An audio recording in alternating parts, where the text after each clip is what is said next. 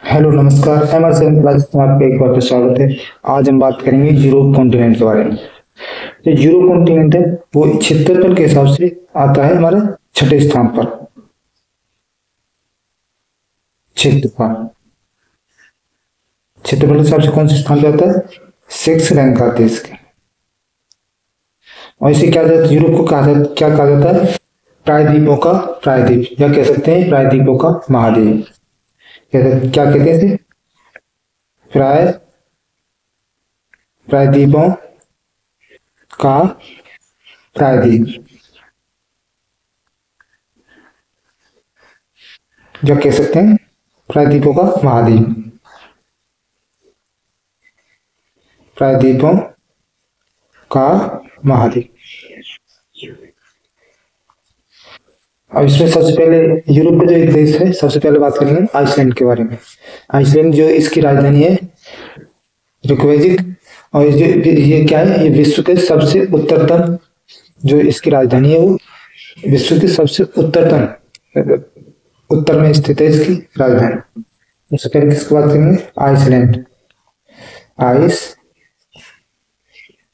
Iceland, इसकी राजधानी है रिकवेजिक।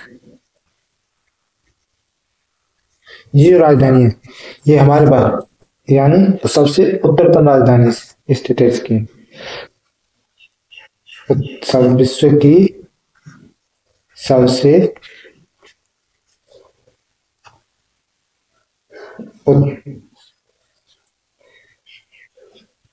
उत्तर उत्तर दिशा में, ये कह सकते हैं उत्तरतम यानी में स्थित राजधानी। और दूसरा देश है उस कौन सा? नॉर्वे। नॉर्वे की राजधानी वो है ओस्लो। यहाँ पर क्या होता है, जो शांति के नोबेल प्रकाश, जो नोबेल पुरस्कार है, जो केवल एक जो शांति का नोबेल प्रकाश पुरस्कार है वो मिलते हैं नॉर्वे में। और बाकी जो है, जो नॉर्वे की राजधानी ओस्लो में मिलता है। जो बाकी के जो 5 नोबेल प्रकाश, जो नोबेल पुरस्कार है वो मिलते हैं स्टॉकहोम यानी स्वीडन की राजधानी। अब बात करेंगे किसकी? नॉर्वे। नॉर्वे की राजधानी क्या है? ओस्लो। क्या है ओस्लो में? क्या होता है, शांति का जो नोबेल पुरस्कार है वो यहाँ पर मिलता है। शांति का नोबेल पुरस्कार,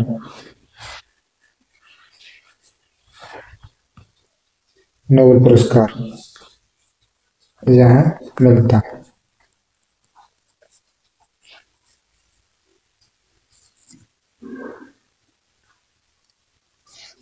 नोबेल पुरस्कार यहाँ पे मिलता है।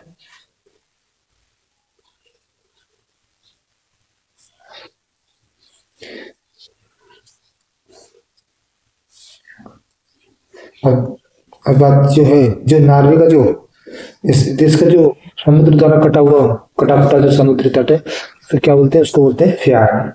फ्यार्ड किसको बोलते हैं? फ्यार्ड। फ्यार्ड बोलते हैं नॉर्वे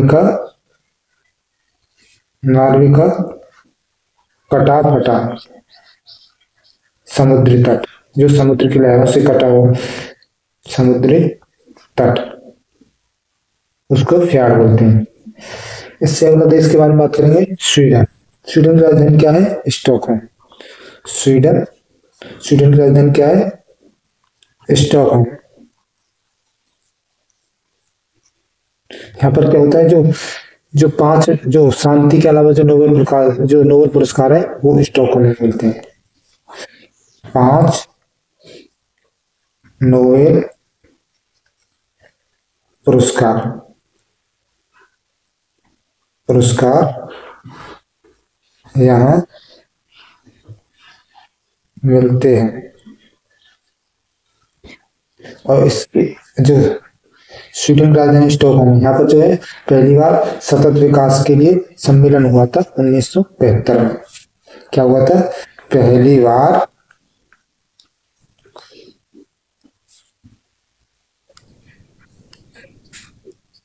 पहली बार सतत विकास पर विकास पर सम्मेलन कब हुआ था? 1975। अब अगला देश है फिनलैंड। फिनलैंड की राजधानी है वो है हेलेंसिकी, और इसे क्या कहा जाता है? ये इसको कहा जाता है झीलों का देश, क्योंकि यहाँ पर झील बहुत अधिक है, इसलिए इसे झीलों का देश कहा जाता है। और ये जो नाटो है उसमें, जो नाटो का 31वां मेंबर देश बना है। अब कौन से देश की? फिनलैंड। फिनलैंड फिनलैंड की राजधानी है हेलेंसिकी। हेलेंसिकी। जिसे क्या कहा जाता है फिनलैंड को? झीलों का देश। झीलों का देश। और ये नाटो का 31वां मेंबर देश बना है। नाटो का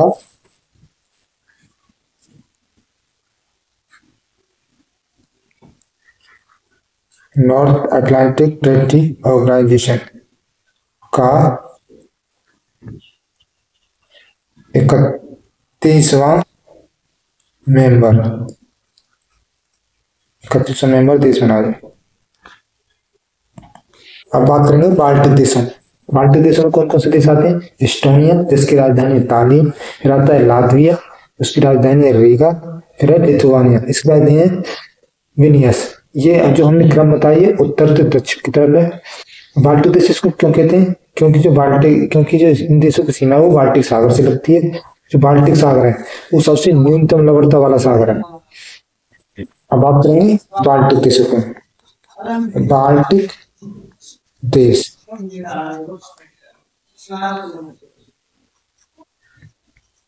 एस्टोनिया एस्टोनिया की राजधानी है तालिन।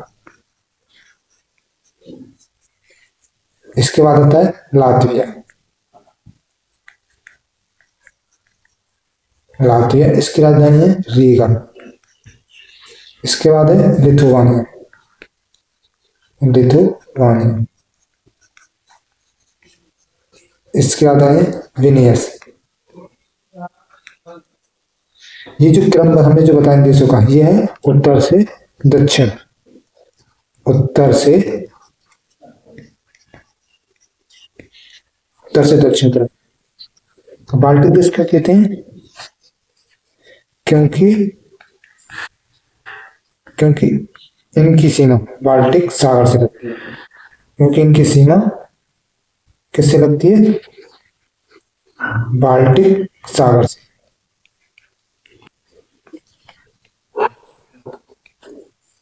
बाल्टिक सागर से लगती है। जो बाल्टिक सागर है ये क्या है? न्यूनतम लवणता वाला सागर है। न्यूनतम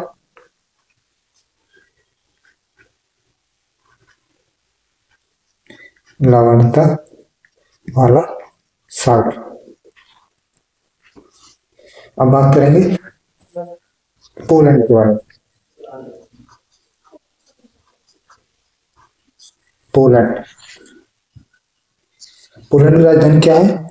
वार्सा। और वार्सा एक कौन सी नदी पर है? विस्तुला नदी पर। विस्तुला नदी पर। अब अगला देश है कि कौन सा? वो है डेनमार्क।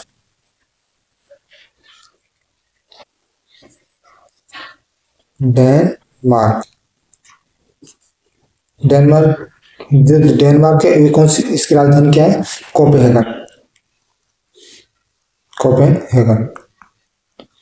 जो डेनमार्क है वो कौन से द्वीप पर है? जटलैंड प्रायद्वीप पर पड़ता है। डेनमार्क कौन से प्रायद्वीप पर? जटलैंड। जटलैंड प्रायद्वीप।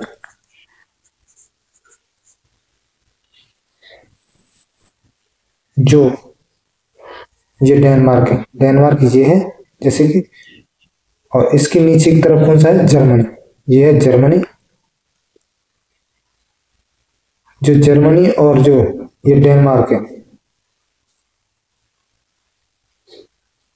कह सकते हैं यह है डेनमार्क। डेनमार्क। इन दोनों के बीच में एक नहर है वो है कील नहर। कील नहर इसकी है जर्मनी की। इसकी जो पूर्वी साइड है, इसकी पूर्वी साइड में कौन पड़ता है? बाल्टिक सागर। बाल्टिक सागर। और इस और इसके इधर पड़ता है उत्तरी सागर। उत्तरी सागर। जर्मनी की राजधानी क्या है? जर्मनी की राजधानी है जर्मनी। जर्मनी की राजधानी है बर्लिन। अब बात करेंगे स्कैंडिनेवियन कंट्री के बारे में, देशों के बारे में। इसमें कौन कौन देश आते हैं? सबसे पहले आइसलैंड, नॉर्वे, स्वीडन, डेनमार्क और फिनलैंड। इनके लिए इनका जो डिस्कशन है पीछे की तरफ यहाँ पर कर लिया है। तो हम पे इस जो स्कैंडिनेवियन देशों में आते हैं उनके नाम लिखेंगे। स्कैंडिनेवियन देश कौन कौन से? Iceland, Iceland, Norway, Sweden, Denmark और फिनलैंड। ये आते हैं स्कैंडिनेवियन देशों। अब इसके बाद बात करेंगे नीदरलैंड। नीदरलैंड इसके बाद करेंगे, अब करेंगे नीदरलैंड। नीदरलैंड। नीदरलैंड को क्या बोलते हैं? हॉलैंड। इसकी राजधानी क्या है? एम्स्टर्डम।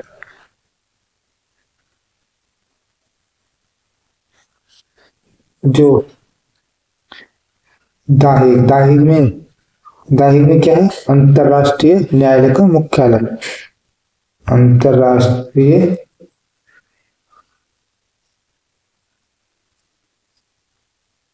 न्यायालय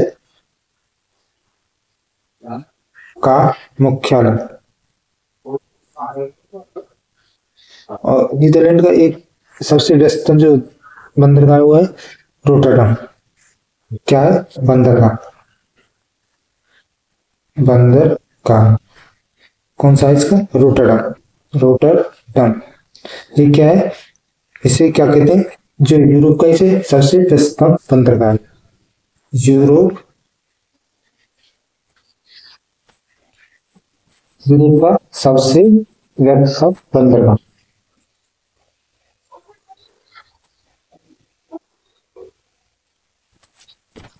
जो रोटरडम में क्या है? यूरोप का सबसे व्यस्तम बंदरगाह।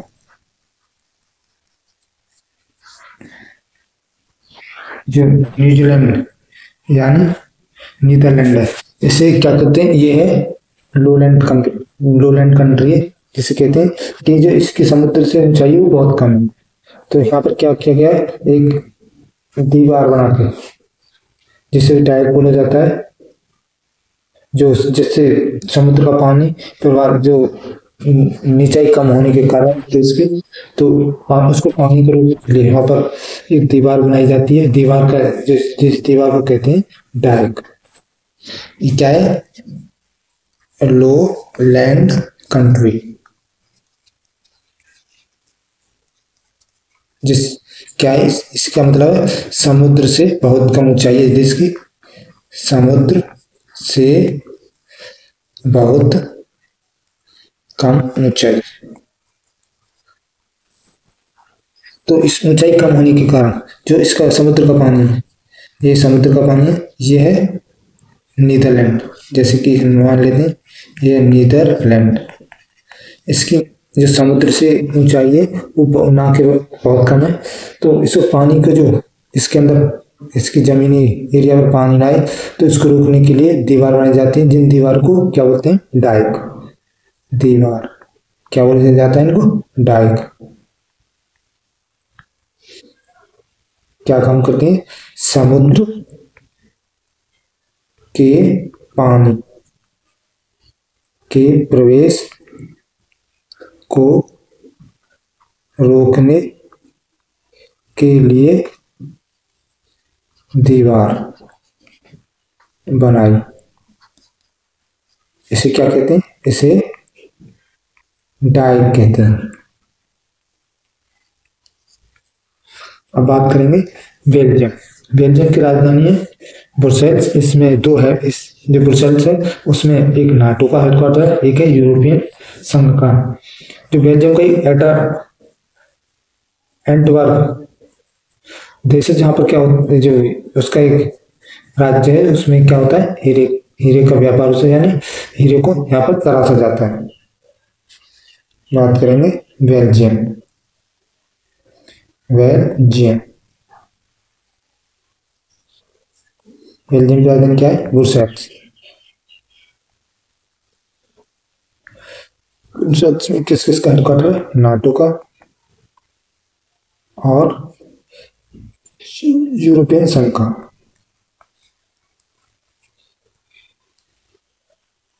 ये है नॉर्थ अटलांटिक ट्रीटी ऑर्गेनाइजेशन। जो बेल्जियम का एंटवर्प है, इसमें क्या होता है? हीरे का व्यापार। हीरे का व्यापार यानी यहाँ पर क्या होता है? हीरे को तराशा जाता है, हीरे को साइज दिया जाता है, को तराशना। और ये निकलता कहाँ पर है? जो हीरा है वो निकलता है साउथ अफ्रीका की खान से, वहां से निकाला जाता है। लेकिन यहाँ पर जो बेल्जियम है, यहाँ पर इनको इनके साथ यहाँ पर इनको तराशा जाता है। अब बात करेंगे फ्रांस। फ्रांस फ्रांस की राजधानी है पेरिस। पेरिस किस नदी के किनारे पर है? सीन नदी के किनारे। सीन नदी के किनारे। और इसे पेरिस को क्या कहा जाता है? फैशन नगरी या सुंदरता की नगरी कहते हैं इसे। फैशन फैशन की नगरी या कह सकते हैं सुंदरता की नगरी। सुंदरता की नगरी। और फ्रांस को और क्या कहा जाता है? इसे सैंपे नगरी कहा जाता है। सैंपे नगरी। और फ्रांस में होते हैं Cannes film festival. Cannes film festival कहाँ होते हैं? फ्रांस में फेस्टिवल। और वहीं पर एक क्या है? वास्तव दुर्ग